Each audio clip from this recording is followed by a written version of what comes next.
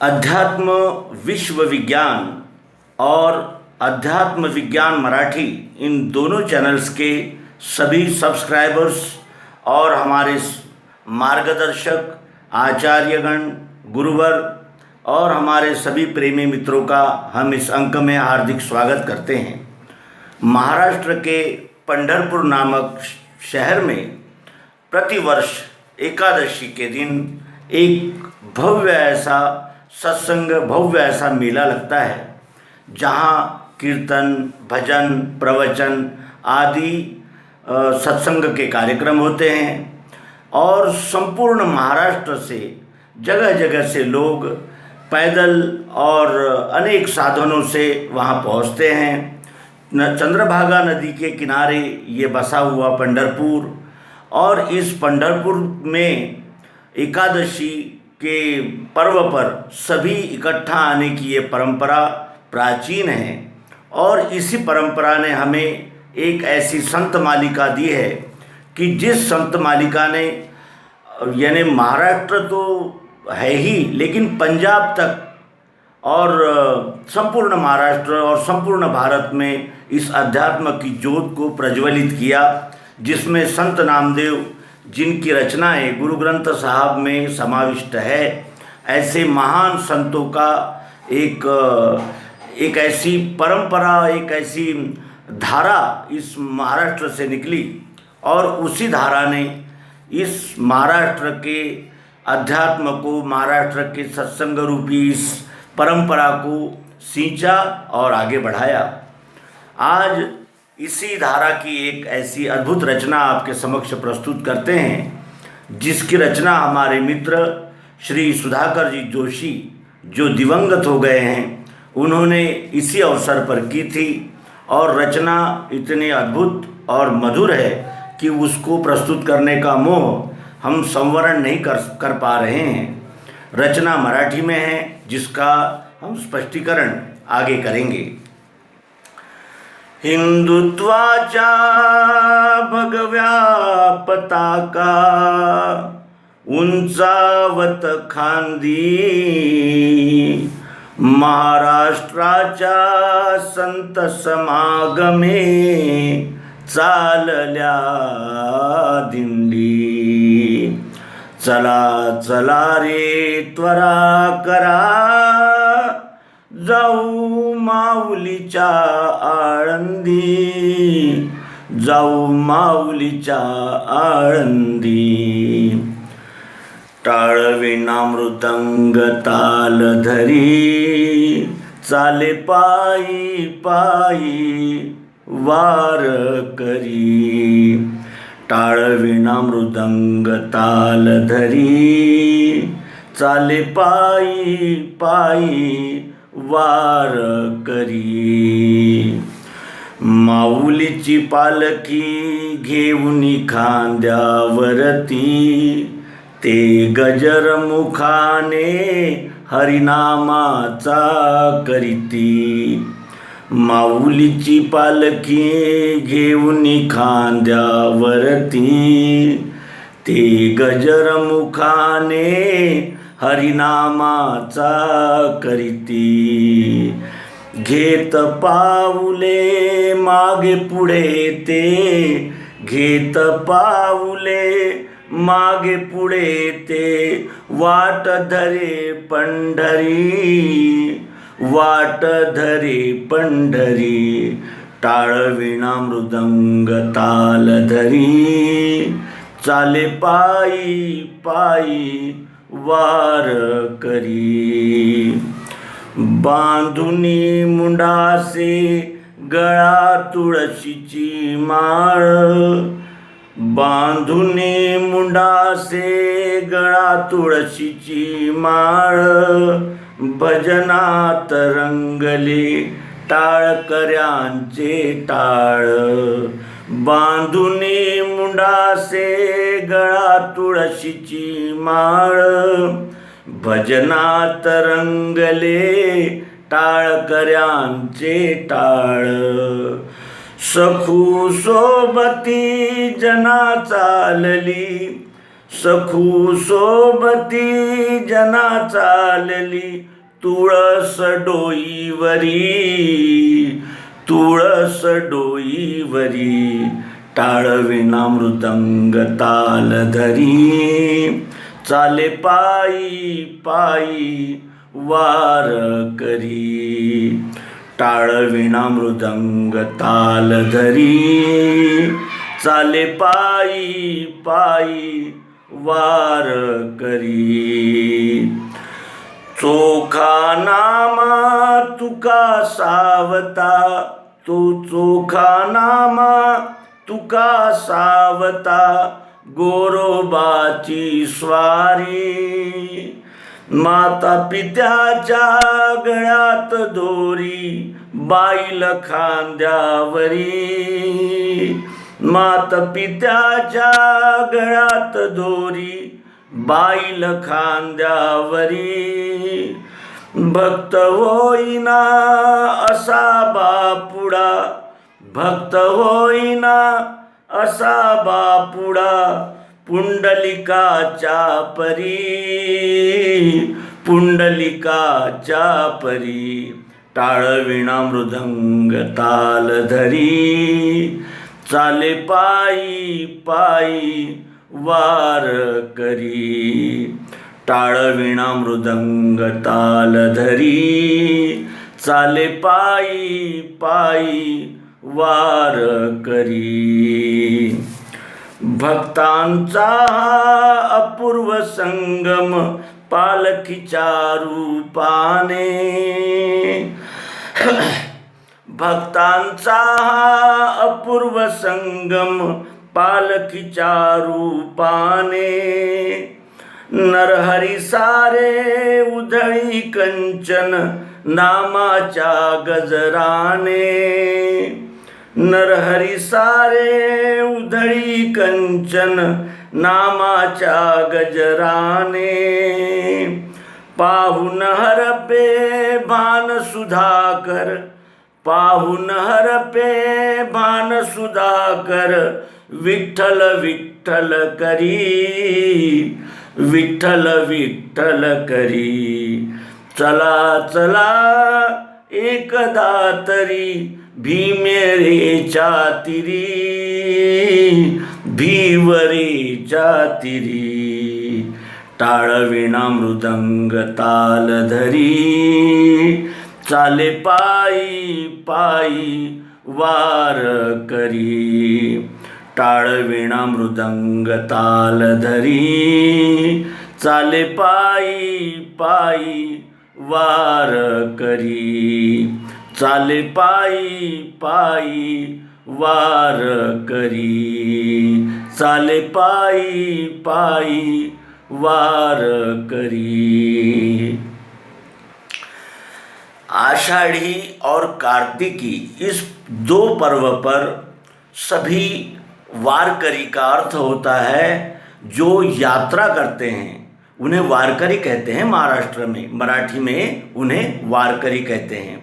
आषाढ़ी और कार्तिकी इन दो पर्वों पर पंढरपुर में यात्रा होती है, यानी एक प्रकार का मेला होता है. उस मेले के बहाने से वहाँ विविध प्रकार के विविध स्थानों से आए हुए भक्त, विविध स्थानों से आए हुए जो वारकरी होते हैं वो इकट्ठा होते हैं और वहाँ एक ऐसा अपूर्व और मधुर ऐसा संगम हो जाता है कि वहाँ हमें देखने को मिलता है कि वेद, उपनिषद और अनेक प्रकार के दर्शन शास्त्र, इन सब की वहाँ चर्चा होती है और संगीत के मधुर सुरों में हम वहाँ संतवाणी का आनंद लेते हैं. और वो संतवाणी में जो सरल शब्दों में वेदों का, उपनिषदों का सार, मर्म सामान्य जनता तक आता है और सामान्य जनता भी यानी इस सत्संग के मर्म को जानकर उस विश्व विधाता के विषय में जान पाती है. भक्ति क्या है, आराधना क्या है, उपासना क्या है, भक्ति कितने प्रकार की होती है, कैसे की जाती है, और ये विश्वरूप विठ्ठल ये किस तरह भक्तों से यानी प्रेम करता है, भक्तों पर छाया करता है, इसका अत्यंत मनोहारी वर्णन वहाँ अनेक प्रकार के कीर्तन, भजन, प्रवचनों के माध्यम से होता है। इस रचना में भी ऐसे ही एक दिंडी का वर्णन किया गया है, जो सब मिलकर पंढरपुर जाते हैं उसे दिंडी कहते हैं। दिंडी में एक वीणाधारी होते हैं, मृदंग बजाने वाले और मंजीरा बजाने वाले, ऐसे लोगों का एक समूह होता है जो मिलकर पंढरपुर जाता है, जिसे दिंडी कहा जाता है। दिंडी में पैदल चलने वाले व्यक्तियों का अनेक अनेक स्थानों से समूह निकलता है, और वो समूह श्री ज्ञानेश्वर महाराज का जन्मस्थान यानी ज्ञानेश्वर महाराज का लीला स्थान आळंदी और तुकाराम महाराज का जन्मस्थान लीला स्थान देहू आदि स्थानों से भी कई पालखियाँ निकलती है, और वो सभी पंढरपुर में कार्तिक और आषाढ़ी ऐसे पर्वों पर एकत्रित होती हैं। और फिर वहाँ वारकरियों का ऐसा एक अद्भुत सत्संग होता है कि जिस सत्संग के माध्यम से ज्ञानेश्वरी, हरिपाठ और संत साहित्य, संतों के रचनाओं का प्रस्तुतिकरण होता है, और जनमानस के लिए वो जो अध्यात्म जो ग्रंथों में बंदिस्त था, उस बंदिस्त साहित्य का अत्यंत सरल पद्धति से जन सामान्य तक वो पहुंचता है, और जन सामान्य लाभान्वित होते हैं।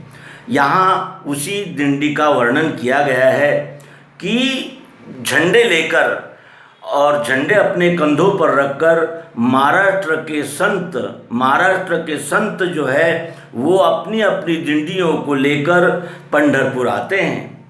और ताड़ यानी जिसे मंजीरा कहते हैं, उसे मराठी में टाड़ कहते हैं। टाड़ और वीणा यानी जो बीना बजाया जाती है, एक तारा, तंबूरा जिसे कहते हैं, और मृदंग, इन सभी का एक साथ ऐसा सुंदर संगम हो जाता है, और वो धीरे धीरे चलते हुए एक एक गांव में रुकते हुए वो पालकी, वो दिंडी आगे आगे बढ़ती चली जाती है पंढरपुर की ओर। और इस तरह वो वारकरी अपने गंतव्य स्थान पंढरपुर के लिए प्रयाण करते हैं। और वो कहते हैं कवि कि माऊलीची पालखी घेऊनी खांद्यावरती। माऊली कहा जाता है श्री संत ज्ञानेश्वर महाराज को।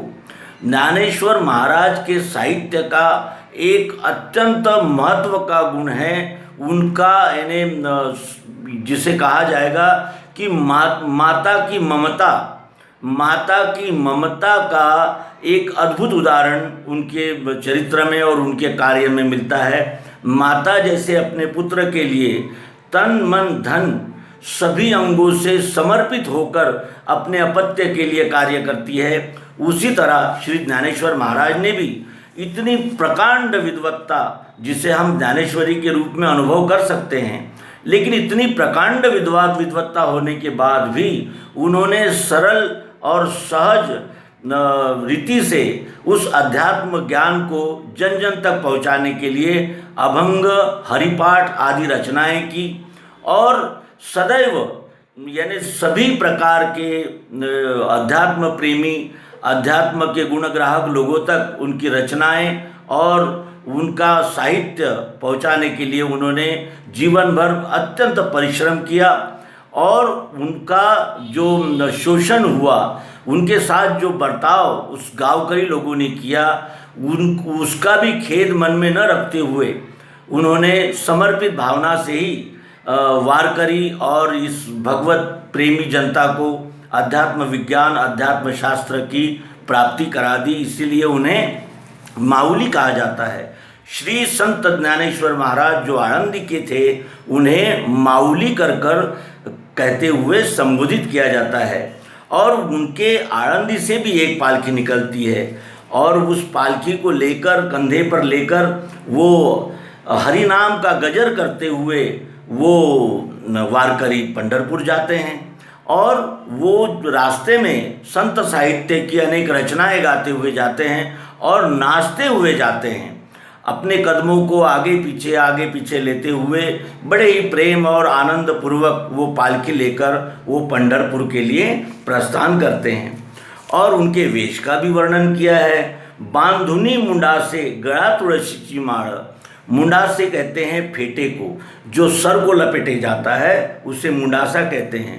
ऐसे मुंडासे बांधे हुए और गले में तुलसी माला पहने हुए वो वारकरी भजन में यानी गीत गायन में ऐसे रम जाते हैं और यानी अपने आप को उसमें विस्मृत कर देते हैं। कौन कहाँ से है, कौन किसकी क्या उपाधि है, कौन कितना बड़ा कितना अमीर गरीब, सारे एक हो जाते हैं और वो भजन में मंजीरा बजाते हुए नाचने लगते हैं और गीत गाते हुए और आगे आगे बढ़ते हैं।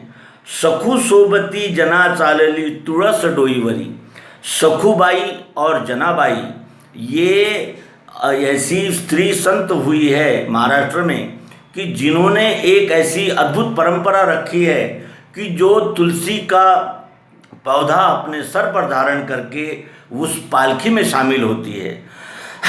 सखूबाई जो थी वो जिसे ससुराल में अत्यंत त्रास हुआ, लेकिन फिर भी वो पंढरपुर की यात्रा, पंढरपुर की वारी हर वर्ष करती थी और श्री पांडुरंग के चरणों में अपनी यानी उपस्थिति दर्ज कराती थी। और जनाबाई ये श्री संत नामदेव महाराज की शिष्या थी और उन्हीं से उनको प्रेरणा मिली, गुरु मंत्र मिला और इस विश्वरूप विधाता का उन्हें प्रत्यक्ष यथार्थ परिचय श्री संत ज्ञानेश्वर महाराज से मिला। और उनका उदाहरण देते हुए कवि कहते हैं कि सखू के साथ जना और जनाबाई के साथ ऐसी असंख्य स्त्रियाँ उस डिंडी के साथ हरि नाम गाते हुए आगे ही आगे बढ़ती जा रही है। चोखा नामा तुका सावता गोरोबाची स्वारी, चोखा मेरा ऐसे निम्न जाति में जन्म लिए हुए संत नामा नामदेव महाराज, जिन्होंने 1,00,000 अभंग की रचना की और वो संपूर्ण भारत भर जिनका प्रवास रहा और उन्हीं की कुछ रचनाओं का समावेश गुरु ग्रंथ साहब में भी है और जो हमें अवश्य ही पठनीय ऐसा है। और तुकाराम महाराज ये देहू गांव के निवासी, ये भी महान संत हुए और इनके वैशिष्ट्य ऐसा था कि इतने सरल और सुगम इन्होंने रचनाएं की कि इनकी रचनाओं से प्रभावित होकर उस समय के प्रकांड शास्त्री पंडित रामेश्वर भट्ट, इन्होंने इनका गुणवर्णन करने वाली ऐसी अद्भुत रचनाएं प्रस्तुत की और उन महान विद्वान शास्त्री जी ने भी जिन्हें गुरु माना और जिनसे उपनिषद और वेदों का सार, विश्वरूप परमात्मा का यथार्थ परिचय प्राप्त कर लिया, ऐसे संत महान संत श्री तुकाराम महाराज। फिर सावता ये एक माड़ी समाज के थे। इनका पुश्तैनी व्यवसाय खेती करना था। वो अपनी खेती में ही रम जाते थे और पेड़ पौधों को ही विट्ठल रूप जानकर उनकी सेवा में संलग्न रहते थे, ऐसे सावता माड़ी। और गोरोबा ये कुम्हार समाज से थे और इनका काम था मिट्टी के बर्तन बनाना। और ये मिट्टी के बर्तन बनाते हुए ही इतने तल्लीन हो जाते हैं कि उनके विषय में एक यानी प्रसंग का वर्णन किया जाता है कि एक बार वो ऐसे भजन में लीन हो गए कि और वो मिट्टी को यानी मिला रहे थे पाँव से, तो वो इतने तल्लीन हो गए कि कब उनका छोटा सा बच्चा उस मिट्टी में आया और उन्होंने वो भजन में लीन हो जाने से उन्होंने उस बच्चे को भी उसमें गारे में मिला दिया। ऐसे ये मैंने महान संत श्री गोरोबा महाराज, तो इनका उदाहरण देते हुए कहते हैं कि चोखा नामा तुका सावता गोरोबाची स्वारी, मात पित्याच्या गळ्यात दोरी बाईल खांद्यावरी, भक्त होईना असा बापुडा पुंडलिकाच्या परी, पुंडलिकाच्या परी। टाळ वीणा मृदंग ताल धरी, चाले पायी पायी वार करी। एक और भक्त हुए हैं पुंडलिक महाराज, और पुंडलिक महाराज के विषय में ये कहा जाता है कि वो इतने अपने स्त्री के अधीन हो गए थे कि उनके चित्त में केवल अपनी स्त्री ही रहती थी, और वो स्त्री के ऐसे कुछ दीवाने हो गए कि बूढ़े माँ बाप के गले में रस्सी डाल, यानी जब वारी के लिए वो गए तो माता पिता के गले में रस्सी डाल दी ताकि उन्हें खींचते हुए ले जा सके, और अपनी पत्नी को अपने कंधे पर बिठा लिया। ऐसे वो यानी जिसे कहा जाएगा कि अपनी पत्नी के यानी दीवाने हो गए, ऐसे वो संत श्री संत पुंडलिक महाराज। और इस तरह वो पंढरपुर की यात्रा में गए, और जब उनके समझ में बात आई कि उन्होंने ये क्या किया कि अपने बूढ़े माता पिता को चलाया और पत्नी को कंधे पर रख लिया, तो फिर उन्हें पश्चाताप हुआ और वो फिर अपने माता पिता की इतनी सेवा में लग गए कि फिर उन्हें भान ही नहीं रहा कि मैं और मेरा, और यानी वो एकदम तल्लीन हो गए, लीन हो गए भगवत यानी अपने माता पिता की सेवा में। तो उन्हें ये भी पता नहीं चला कि कब वो विट्ठल जो विश्वरूप परमात्मा किसी मनुष्य का भेष देकर धारी होकर आए और उन्होंने उन्हें आशीष दिया। अब यानी उसका समन्वय करते हैं कि भक्तांचा पूर्व संगम पालखीच्या रूपाने, नरहरी सारे उधळी कंचन नामाच्या गजराने। ये भक्तों का ऐसा अपूर्व संगम पालकी के रूप में प्रकट हुआ है। और नरहरि सारे उधड़ी कंचन नामाच्या गजराने, नरहरि ये सुनार थे, सोना चांदी का व्यवसाय था उनका, और वो नरहरि सुनार भी उस पालकी में शामिल हो जाते थे और नाचते हुए और विट्ठल नाम का गजर करते हुए वो पालकी के साथ पंढरपुर जाते थे। पाहुन हर पे भान सुधाकर विट्ठल विट्ठल करी। और इस तरह की पालकी को देखकर सुधाकर अपना भान भूल गया है। कवि श्री सुधाकर जोशी जो हमारे परम मित्र रहे और वो यानी वैकुंठ यानी इस विश्वरूप विधाता में ही विलीन हो चुके हैं, ऐसे हमारे मित्र श्री सुधाकर जी जोशी, गुरुवर्य सुधाकर जी जोशी, इनकी ये रचना है। वो कहते हैं पाहुन हर पे भान सुधाकर विट्ठल विट्ठल करी। यानी वो पालकी का ऐसा अद्भुत मधुर और विलोभनीय ऐसा दृश्य देखकर अपने यानी काया वाचा मन को वो कवि भूल गया है और ये स्वयं भी विट्ठल विट्ठल गाने लगे। और कहते हैं कि चला चला एकदा भीमा तीरी, एक बार तो भी आषाढ़ी और कार्तिकी के पर्व पर भीमा नदी के किनारे स्थित इस पंढरपुर में हम सभी ने जाना चाहिए, ये आह्वान करते हैं। और इस तरह हमने श्री सुधाकर राव जी जोशी इनकी पंढरीची वारी नामक रचना का रस ग्रहण किया। मित्रों, हम भी उस विश्वरूपी विट्ठल का स्मरण करें। आइए इस प्रसंग में हम थोड़ा ये भी देखें कि इसमें जो शब्द आते हैं एकादशी, हम अध्यात्म विज्ञान के विद्यार्थी जानते हैं कि 10 अंगों से इस विश्वरूप परमात्मा को जाना जाता है। और ये 10 अंग जब इकट्ठा हो जाते हैं तभी इस विश्वरूप परमात्मा में हम और ये विश्वरूप परमात्मा एक रूप हो जाते हैं। एकादशी यानी 10 को एक हो जाना। वो 10 तत्व क्या है? 5 है हमारे ज्ञानेंद्रिय, 5 ज्ञानेंद्रियाँ, 3 यानी गुण, सत्वगुण रजोगुण तमोगुण, और 9वां इन सभी का जोड़ गुण साम्य, और 10वां वो अक्षर आत्मा। इन 10 अंगों से ही अत्यतिष्ठ दशांगुलम, 10 अंगों से ही उस विश्वरूप परमात्मा को जाना जाता है।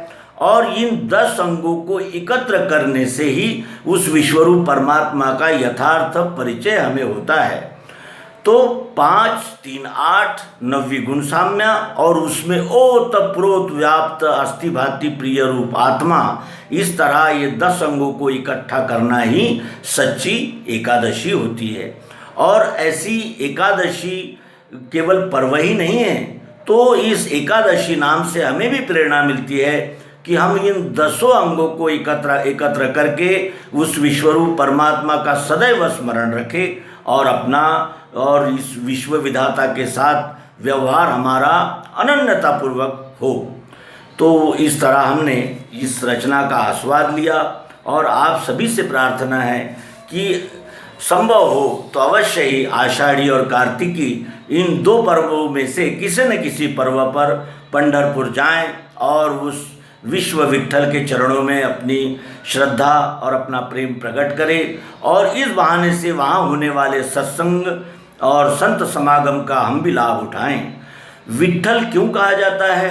विट्ठल इसलिए कहा जाता है वहाँ उन्हें क्योंकि वो 2 ईंटों पर खड़े हैं। एक ईंट है क्षर, जो गति रूप है, क्षर भाव, पृथ्वी जल अग्नि वायु आकाश, मन बुद्धि और अहंकार, यही मेरे प्रकृति के 8 अंग है, ऐसा भगवान श्री कृष्ण जी विश्व भूमिका से 7वें अध्याय में हमें बताते हैं। श्रीमद् भगवद गीता के 7वें अध्याय में उन्होंने कहा है वो है क्षर, जो गति रूप है, और जो सतत परिवर्तन होने वाला जो भाव है वो है क्षर, और उसमें जो ओतप्रोत व्याप्त है अस्तित्व भातित्व प्रियत्व, जो कण कण से लेकर बड़ी से बड़ी वस्तु में और बड़ी से बड़ी वस्तु से लेकर कण कण में ओतप्रोत व्याप्त है, वो अस्तित्व यानी अस्तित्व भातित्व प्रियत्व रूप आत्मा, इन दोनों का जो जोड़ है वही विट्ठल है।